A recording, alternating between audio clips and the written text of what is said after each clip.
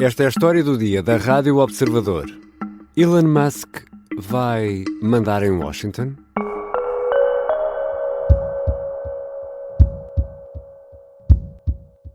This will truly be the golden age of America. That's what we have to have. This is a magnificent victory for the American people that will allow us to make America great again. Depois da vitória nas eleições de 5 de novembro, que não deixou margem para dúvidas, Donald Trump já começou a escolher os elementos da nova administração, do governo que vai tomar posse em janeiro. Esta quarta-feira esteve com Joe Biden na Casa Branca, mais de 2 horas, para dar início à transição de poder. Uma reunião que, curiosamente, não aconteceu quando Trump perdeu frente a Biden há 4 anos. Quem são os novos rostos da administração Trump e que poder vai ter, afinal, o multimilionário e amigo de Trump, Elon Musk, junto da Casa Branca? São perguntas para Ana Cavalieri, investigadora de Relações Internacionais do Instituto de Estudos Políticos da Universidade Católica. Eu sou o Ricardo Conceição e esta é a história do dia, de quinta-feira, 14 de novembro.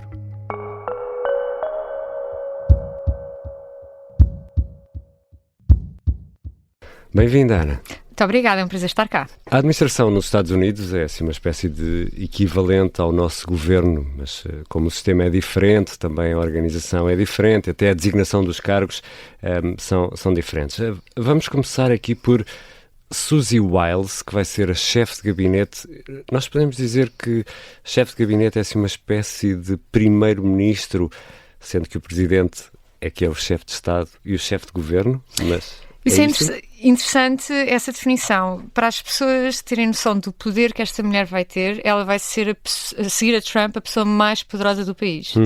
Ela vai ser responsável não só por aconselhar Trump de forma pessoal e direta, ela está constantemente com ele, como vai ser a pessoa e o membro do governo capaz de, ou pelo menos com a responsabilidade, de tentar coordenar todos os secretaries, ou seja, todos os quem pertence ao gabinete, exatamente, os ministros, os secretários, para executarem as políticas de acordo com aquilo que o Presidente tem como visão, coordenar com o Congresso, nomeadamente com o Majority Leader. Por acaso acabámos de saber esta quarta-feira que vai ser John Thune, que é um senador do South Dakota.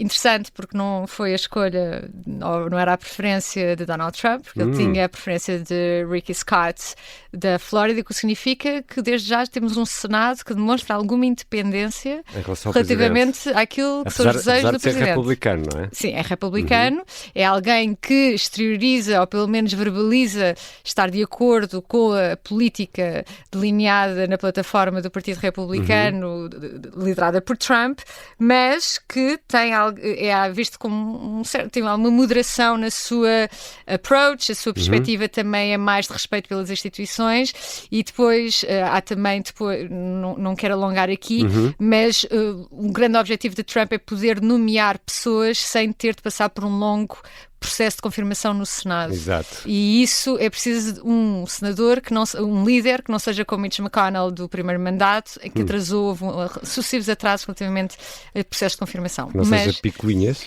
Exato. E nisso Susie Wiles, ela foi a líder de campanha... Então vamos precisamente a Susie Wiles, a quem Trump chama de Ice Maiden. Não confundir com Iron Maiden, mas com Ice Maiden. Ice Maiden porquê? Eu calculo que seja porque ela é fria, pragmática, não é alguém que se emociona em ideologias. Para ela o principal é definir estratégias, ela sabe gerir pessoas, eventos, e quando eu digo eventos não estou a falar de gestão de eventos, eu estou a falar de saber como comunicar, como apresentar ao público um evento que seja de forma...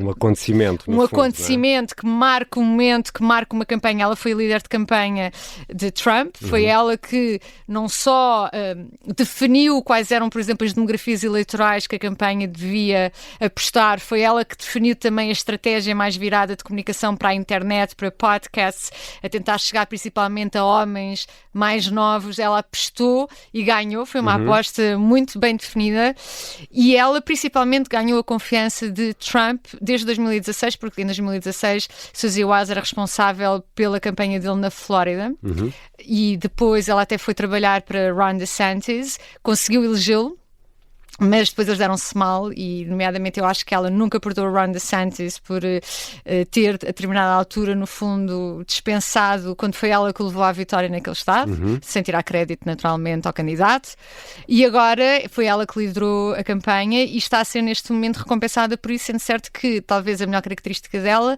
é que ela é fria ao ponto de poder dizer a Donald Trump: não vá por aí, acalme-se, é melhor pensar nesta estratégia para conseguir esse objetivo. Ela consegue, no fundo, acalmar alguns instintos mais intensos de Donald Trump. Outra escolha, aqui eu diria talvez um caso mais peculiar, não sei, a de Peter Hegseth, um comentador da Fox News, não é um jornalista, será um comentador, um apresentador. Quem é este homem e o que é que ele representa? Eu confesso que eu desconheci. Eu vejo Fox News por questões de trabalho também, para saber. Vai para Secretário da Defesa. Vai para Secretário de Defesa, ele é um veterano. Eu penso que ele teve 20 anos no Exército e ele participou no Iraque, Afeganistão. Antes disso tinha estado em Guantanamo Bay.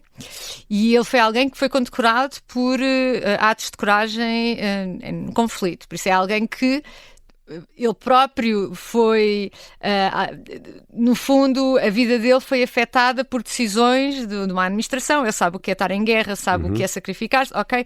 E se ele tem esse lado ligado às Forças Armadas.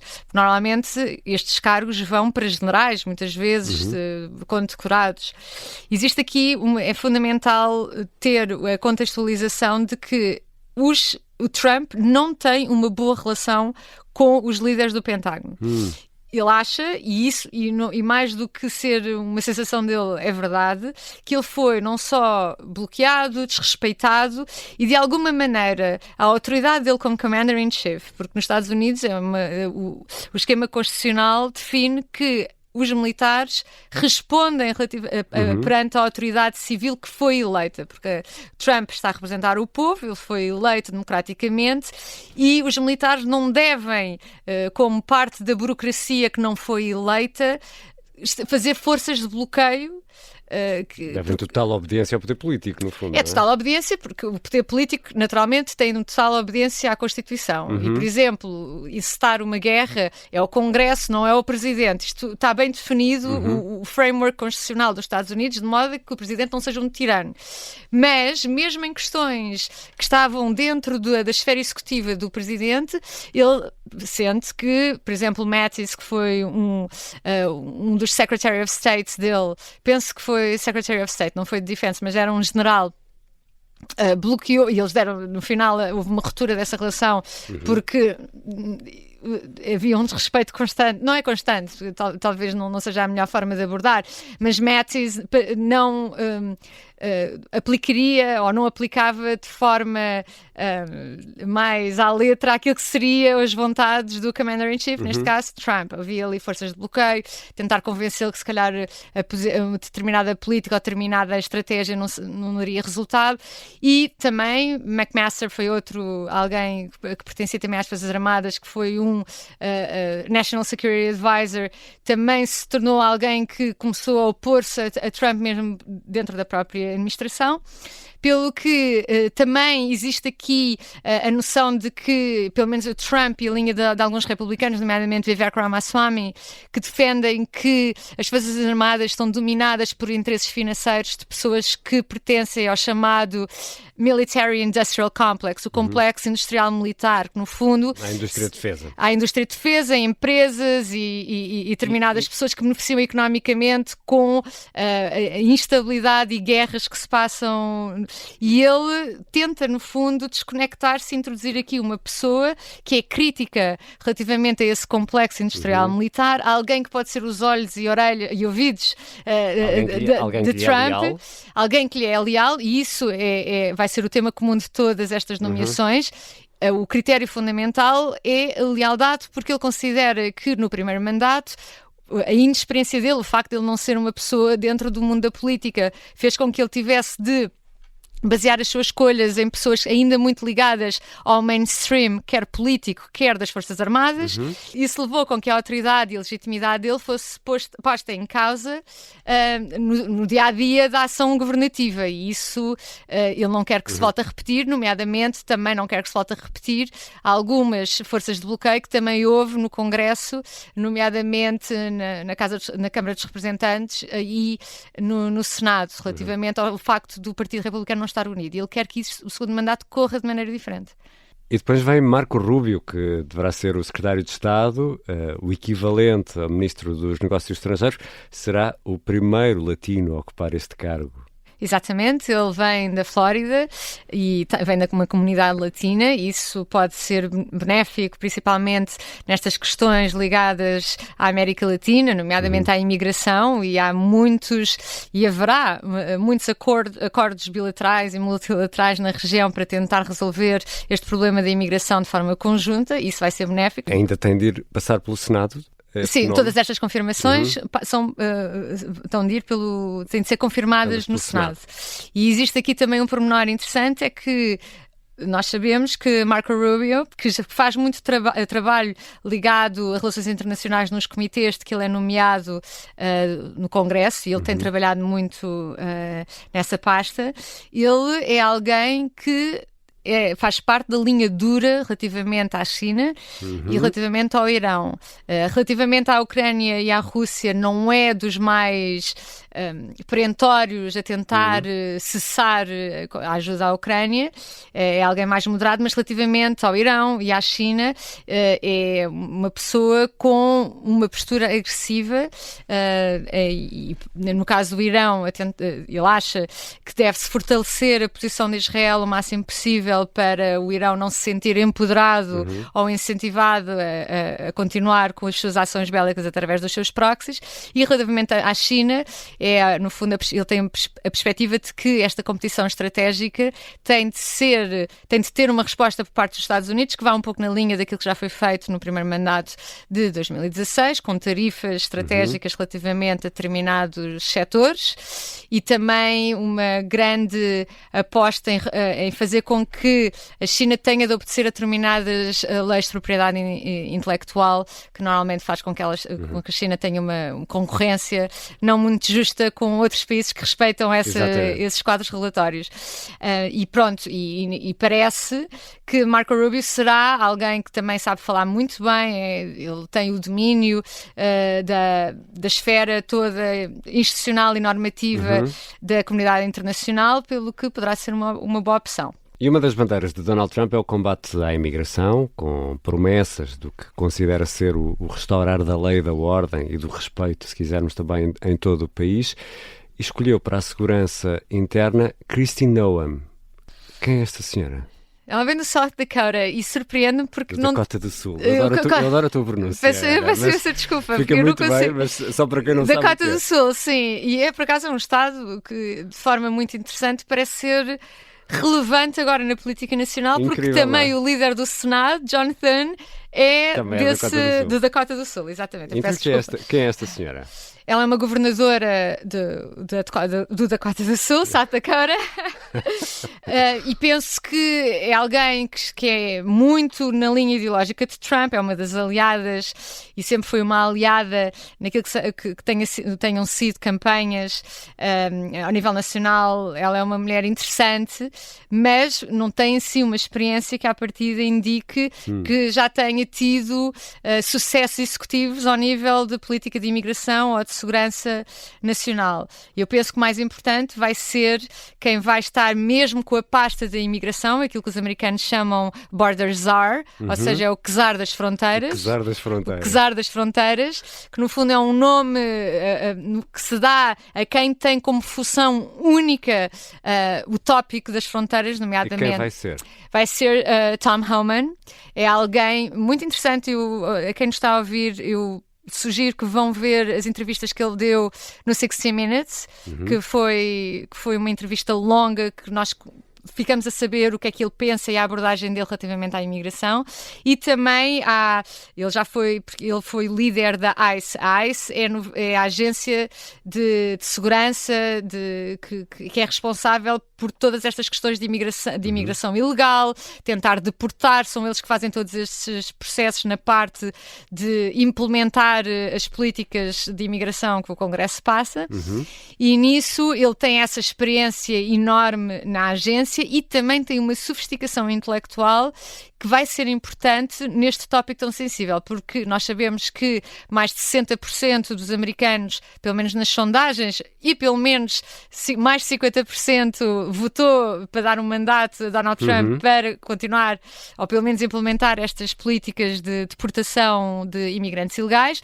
Nós sabemos que essas imagens que vão ser produzidas, quando isso efetivamente começar a acontecer, vão ser sensíveis e é preciso alguém que seja sagaz e tático na estratégia para fazer esta deportação. Por exemplo, ele já referiu, e vai ser provavelmente o que vai ser feito, vão começar a deportar, por exemplo, homens jovens com cadastro, com um passado criminal, que estão inseridos em gangues, porque isso as pessoas não se vão chocar, não vão achar... O problema é quando chegar aos pais, aos filhos, às famílias, não é? E eu penso que há tantos milhões até chegar lá, que eles vão tentar primeiro focar-se até por uma questão de estabilidade social. E Tom Homan é alguém que não só sabe muito sobre a lei, o que é que a lei diz, quais são as possibilidades que as agências têm para executar essa lei, nomeadamente relativamente a todo o processo, porque isto vai haver considerações judiciais e administrativas que vão custar muito dinheiro.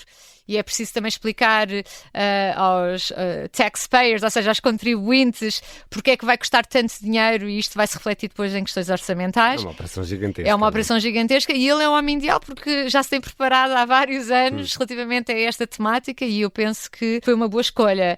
A Kristi Noem, eu por acaso eu penso que é mais uma questão de lealdade e afinidade política. Ela verbaliza a posição de controle de imigração que Trump verbaliza, mas não tem uma experiência executiva relativamente ao cargo. Já regressamos à conversa com Ana Cavalieri, que viveu muitos anos nos Estados Unidos e é investigadora de relações internacionais. Temos ainda de tentar perceber qual é o papel de Elon Musk no meio disto tudo, o papel de Elon Musk na presidência Trump.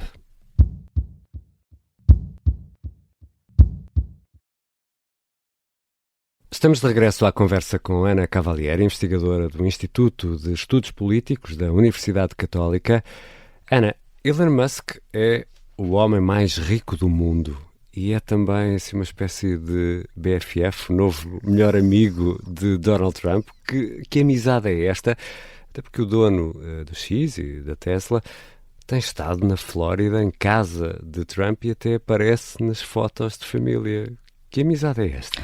Elon Musk foi o maior aliado de Donald Trump, não só pela influência que ele tem, ele é uma inspiração para milhões de jovens, principalmente rapazes, que sonham em perseguir tudo aquilo que ele tem feito relativamente à engenharia espacial. Eu não estou a dizer que raparigas naturalmente também ambicionam, mas Elon Musk sendo homem, há aquela afinidade identitária, vamos lá.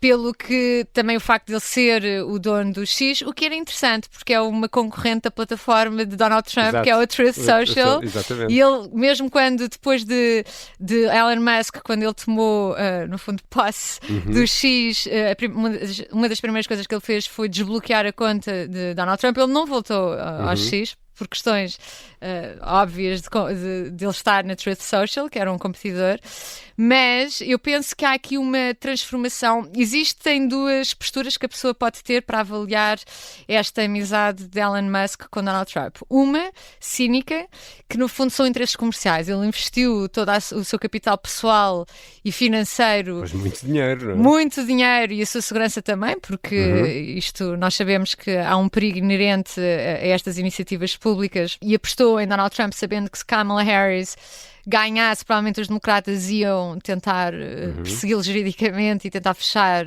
o X. isto foi uma aposta que agora ele vai ganhar imenso dinheiro só com contratos de defesa, com o SpaceX e também contratos, ou seja, ao nível espacial, e também tudo o que tem a ver com as empresas que ele tem na Tesla e a Boring Company. Ele tem várias empresas e um dos clientes principais muitas vezes é o governo, é o Estado americano, e com Trump lá ele vai beneficiar financeiramente, sem dúvida. Mas eu penso também há aqui, e é esta a outra postura, há aqui uma postura ideológica, há uma avaliação ideológica que nós podemos fazer desde 2018 e 2019, que Elon Musk começou, que ele era democrata, a focar-se e a estar muito sensível aos excessos ideológicos do Partido Democrata, nomeadamente relativamente a políticas de identidade e contra, no fundo, aquela normalidade ideológica americana de favorecer a meritocracia e que, no fundo, a igualdade formal, e estas políticas identitárias têm mais a ver com afinidades de grupos divididos em ou raça, ou género, ou outras qualidades identitárias em que uns são privilegiados, outros são oprimidos. E ele percebeu que o país não ia por aí? Sim, ele é filosoficamente e ideologicamente contra, porque, e ele diz isso muitas vezes nos posts, esta vertente identitária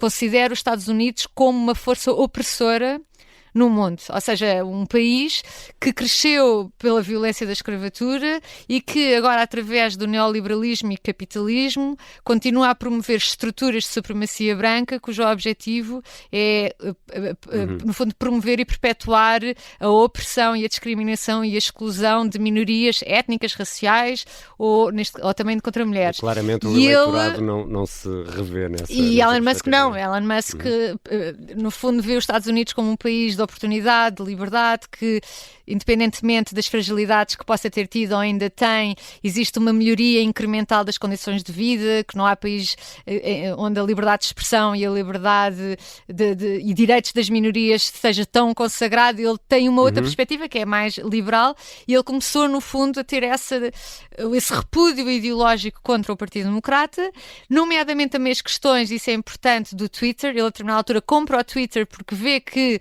o Twitter estava completamente dominado pela esquerda e pelo Partido Democrata, e ele pensou que não havia a capacidade de haver verdadeira liberdade de expressão dentro dos limites legais inerentes a uma plataforma como um social media, como o Twitter ou o X, e, portanto, ele, ao comprar aquilo, já era um ato de tentar ir contra o monopólio de grandes bilionários alinhados com o Partido Democrata, e então ele aí já começa a traçar esse caminho. E que cargo é que ele vai ter agora? Tanto ele como o Vivek Ramaswamy vão liderar o chamado Departamento de Eficiência, que vai ao Department of Government Efficiency.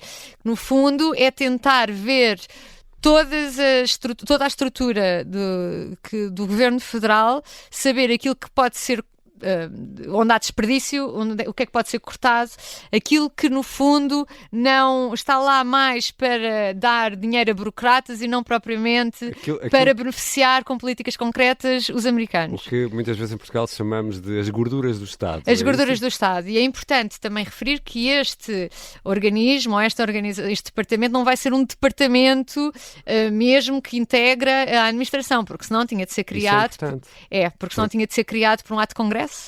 Exato, não passa pelo Congresso. E não passa. É criado. Exato, é aquilo que aqui, ao lado. É aquilo que aqui em Portugal nós chamamos de estrutura de missão. Ou seja, um organismo temporário que não vai ter um poder executivo que não possa ser, para ter um poder executivo que tenha impacto orçamental ou que tenha mesmo impacto na própria estrutura, no quadro estrutural do departamento, etc., teria de haver um documento que lhe desse legitimidade, um ato de congresso, uma executive order, enfim. Isso, enquanto não tiver, vai ser no fundo uma estrutura mais de recomendação, penso eu ainda não vi a orgânica a lei orgânica desta estrutura, mas parte-se do pressuposto que, com a proximidade que Elon Musk e Vivek Ramaswamy têm, não só do Presidente como de Suzy Wiles, que as recomendações que eles à partida darão são para ser levadas a sério e poderão ser executadas. Mas é para cortar muito, muito dinheiro. Estamos a falar de bilhões e aqui à europeia, à portuguesa. Essa é a promessa e a expectativa. Não esquecer, quando ele tomou conta do X, do X, acho que ele cortou assim qualquer coisa como 85% do pessoal e de todos os departamentos, aquilo foi reduzido ao máximo, por isso ele parece ser alguém com experiência de cortar, sendo certo que muita gente acha que o X, pelo menos no primeiro ano, funcionou mal, com vários bugs e com problemas de crescimento, principalmente porque tinha sido tantas pessoas, tantos trabalhadores cortados e tantas expulsões. O Estado não é o mesmo que o X, não é? Mas aqui há uma diferença entre o que é o Estado Federal e depois os Estados per si. Eles vão pensar no Estado Federal no país todo. Eu penso que é mais a estrutura federal. Só para percebermos isto um bocadinho melhor.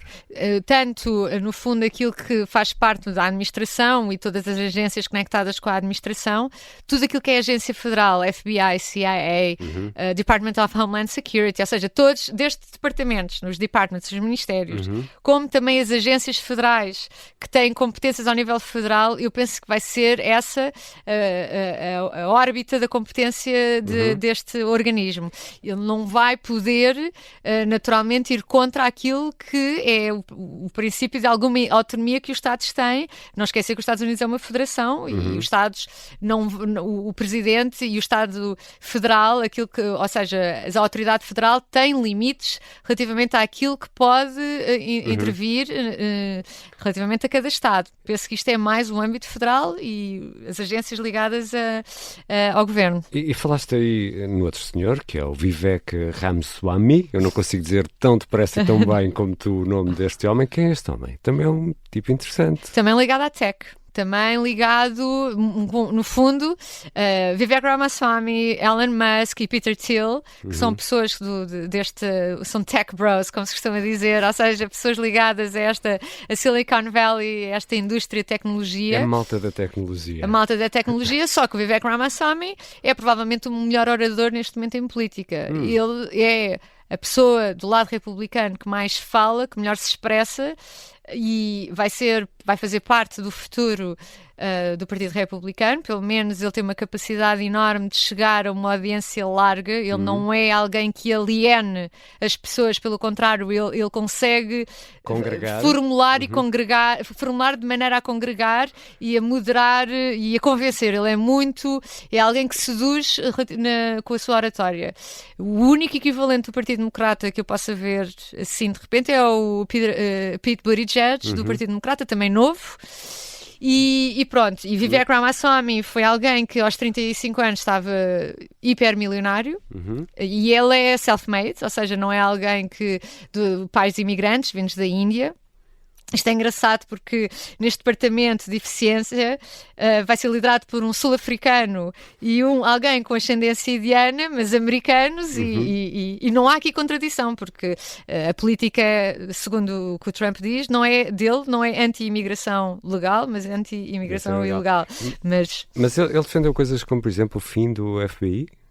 Sim, ele é alguém que quer, numa altura em que o FBI é visto por uma grande parte do segmento do Partido Republicano como estando ideologicamente capturado pela esquerda e pelo Partido Democrata, ao ponto de, mesmo quando a presidência está no lado dos republicanos, existe toda uma hierarquia de mid-level e low-level, ou seja, trabalhadores de meia hierarquia ou que estão na parte até mais baixa de hierarquia, mas que no fundo são eles que fazem a instituição funcionar.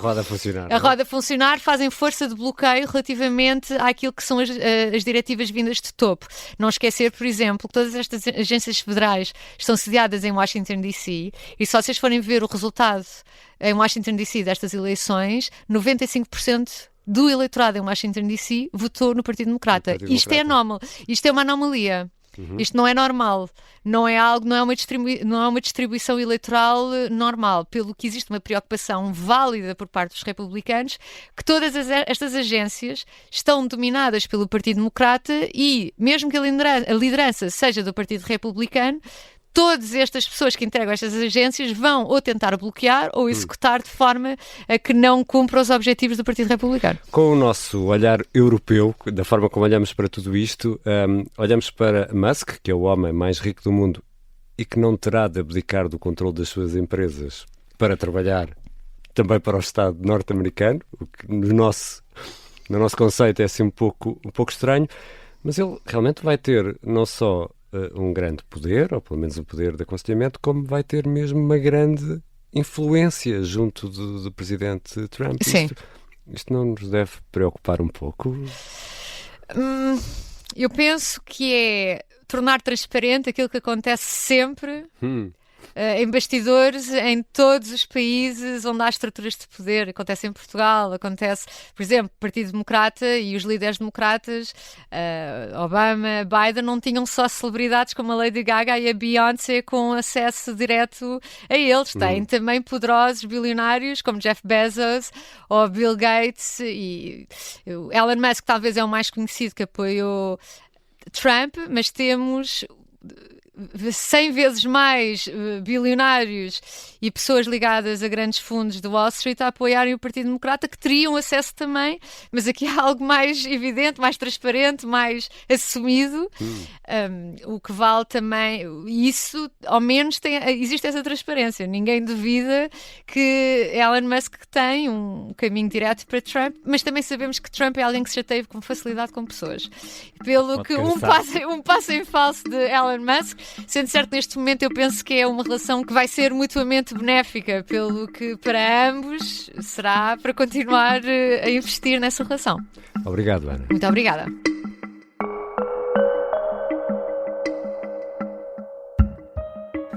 Ana Cavalieri é investigadora de Relações Internacionais do Instituto de Estudos Políticos da Universidade Católica.